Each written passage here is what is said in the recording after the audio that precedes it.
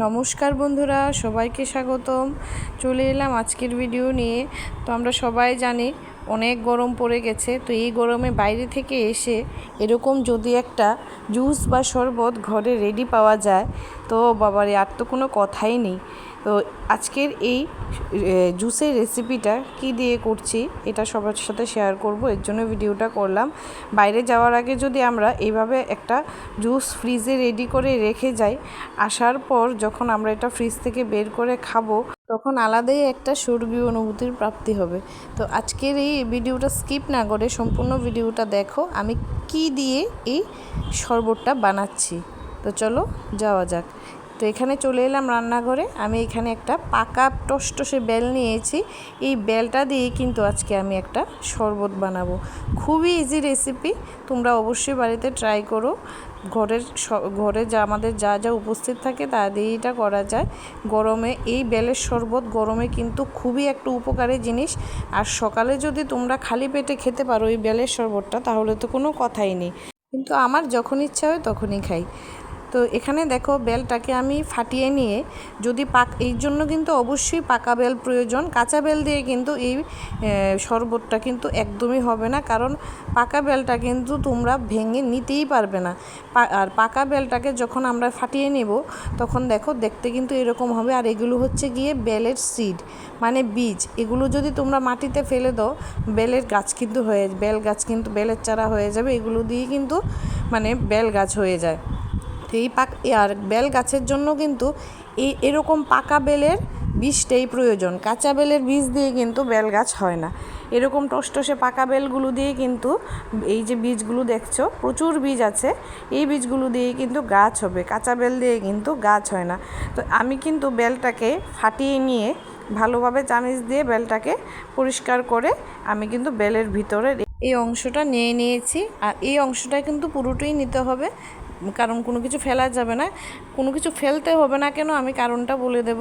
তো এখন আমি কি করব, একদম মানে ফ্রিজের যে জলটা, একদম এই জলটাই আমি 1 গ্লাস মতো এখানে ঢেলে দিয়েছি। আপনারা প্রয়োজন লাগলে প্রয়োজন মতো দেবেন। আর এখানে আমি যে আমাদের যে আখের গুড়টা থাকে এটাকে আমি এখানে জলে রেখে দিয়েছিলাম, একদম গুলে গেছে। এখন আমি এটার মধ্যে দিয়ে দেব। বেলের শরবতে কিন্তু আপনারা কোনোদিনই চিনি ইউজ করবেন না, এটা আমার মতামত। কোনোদিন চিনি ইউজ করবেন না। গুড় দিয়ে যদি বেলের শরবতটা খাওয়া যায় একটা আলাদাই কিন্তু এটার উপকারিতাও থাকে। যে কোনো জিনিসেই কিন্তু আমরা জানি চিনি দিলে আমরা খাই ঠিক আছে, বাট চিনি দিলে কিন্তু ওইটার যে উপকারিতাটা কিন্তু নষ্ট হয়ে যায়। চিনিটাকে অ্যাভয়েড করে আমরা যতটুকু সম্ভব গুড়টাকে ওই জায়গায় চিনিটা রিপ্লেস করে আমরা গুড়টা ইউজ করারই চেষ্টা করব। তো আমি কিন্তু এভাবে হাত দিয়েই মেখে করি। অনেকের হয়তো এটা মানে দেখতে একটু খারাপ লাগলেও লাগতে পারে, কিন্তু বেলের শরবত এভাবে হাত দিয়ে না মেখে কিভাবে করা যায় অ্যাকচুয়ালি আমার জানা নেই। কারণ এটাকে কিন্তু মিক্সিতে দেওয়া যাবে না। মিক্সিতে দিলে কিন্তু বেলের যে বীজগুলো এগুলো পেস্ট হয়ে যাবে। পেস্ট হয়ে গেলে কিন্তু এই শরবত আর মুখেও তোলা যাবে না।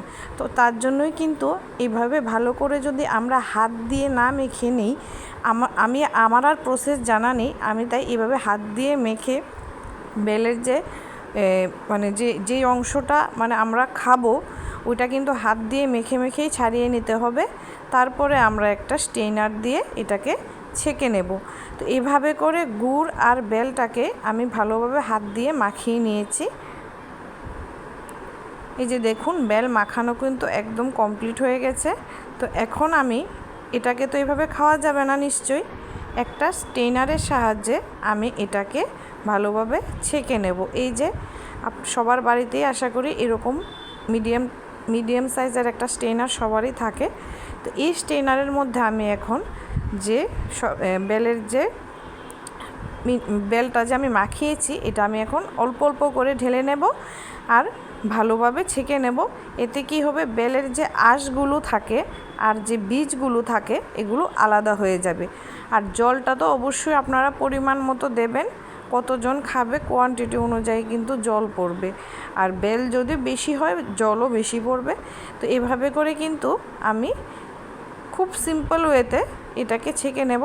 ছেঁকে এই যে বাকি যে এই যে ছোচার বীজগুলো কিন্তু আমি ফেলে দেব, বাস এতটুকুই কাজ।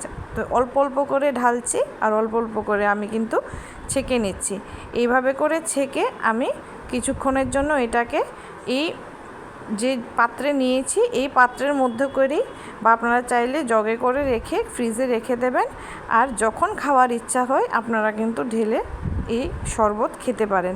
তো দেখুন এই সামান্য ইনগ্রিডিয়েন্টস দিয়ে কিন্তু খুবই সুস্বাদু একটা শরবত আমরা তৈরি করে ফেললাম।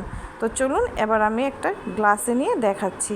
এই যে দেখুন কি সুন্দর দেখতে হয়েছে, আর খেতেও বন্ধুরা দারুণ টেস্টি। গরমে যদি বাইরে থেকে এসে আপনারা এই শরবতটা খান, শরীরের মুখের স্বাদ তো বাদই দিন, মুখের স্বাদের তো তুলনাই নেই, কিন্তু শরীরের জন্য খুব ভালো। তো আজকে কিন্তু বলতে পারো একটা হেলদি রেসিপিও তোমাদের সঙ্গে শেয়ার করলাম। তো আজকের মতো এখানেই বিদায় নিচ্ছি, টাটা, সবাই ভালো থেকো।